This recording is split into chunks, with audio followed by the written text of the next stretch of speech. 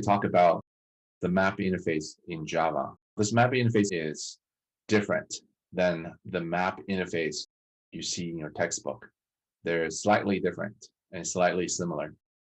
What you see here on the right side is my drawing illustrating the map architectures in Java. On the very top, there is a sorted map interface which extends the map interface. There are three concrete classes here: hash, linked, and tree maps. Hash map implements map as an interface. Your tree map implements sorted map as an interface. However, your linked hash map, which is a specialized version of hash map, extends from hash map. So linked hash map basically has everything that hash map has, basically has everything that map provides. The tree map doesn't have anything that hash map has. Tree map actually takes a different circuitous route. This is a simplified version of your class diagram. Tree map actually implements navigable map, which extends sorted map here. I eliminated that stuff here. Your map is an interface. It can only be used with a class that implements the interface. This is the reason why you see map and hash map. They're together in lots of industry code. Sorted map is an interface, which means that sorted map can only be used with a class that implements this interface. This is the reason why you see tree map and sorted map together in industry code as well. Linked hash map is a trial of hash map, so it could be used in map. So these are the high level differences, and this is your first time looking at this. There's a ton of literatures online, and also Java Doc can give you more information about this. Let me just do a quick illustrations. Recall that all of your data structure, including map, they're located in what's called the Java util package. I'm running off of main.java class. Let me just do a Java for util, and using a wildcard means exposing the entire package to the solutions I'm writing. So I don't have to keep on importing a specific one. I will be using map and hash map anyway. And let me just do a quick map and hash map illustrations. We'll leave tree map and sorted map illustration, some other time. There are two ways you can create a concrete hash map using map. One is to use the default. The other one is you would use a generic.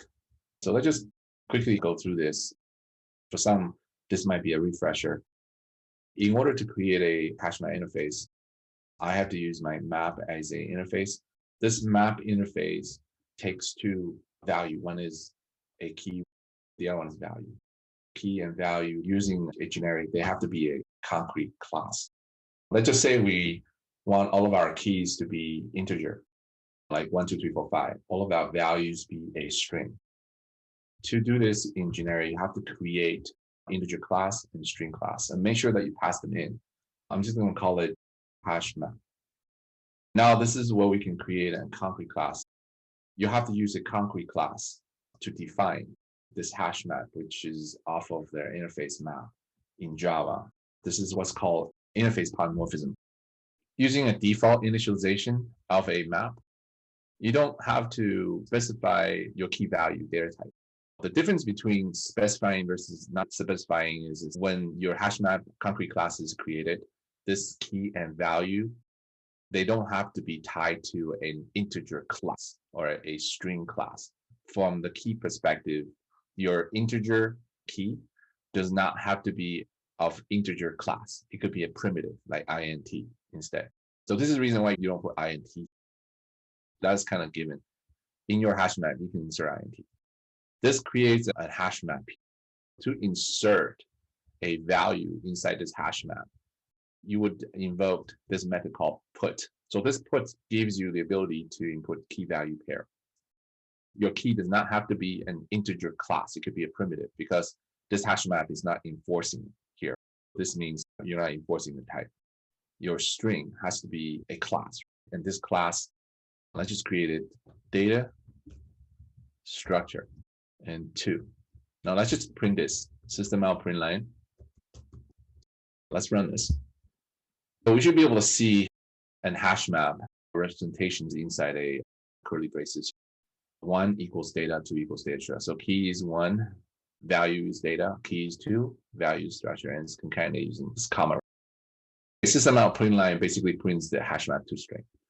Another way of creating a hash map is to use generic that enforces the type to match the type of your map interface with what's in the map interface. Let me just copy this whole thing and make changes. Since we use hash map already, let's just use hash map 1. I want to enforce my integer and my string. First of all, this is hash map 1. I want to fix my key to be an integer class. So this is what you have to do in order to get this to work. Let's run this. You should be able to see 2 lines. They're all the same.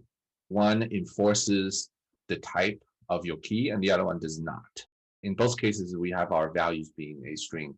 Let's just say with this enforcement with the generic illustrations, we violate the type. Let's see what happens.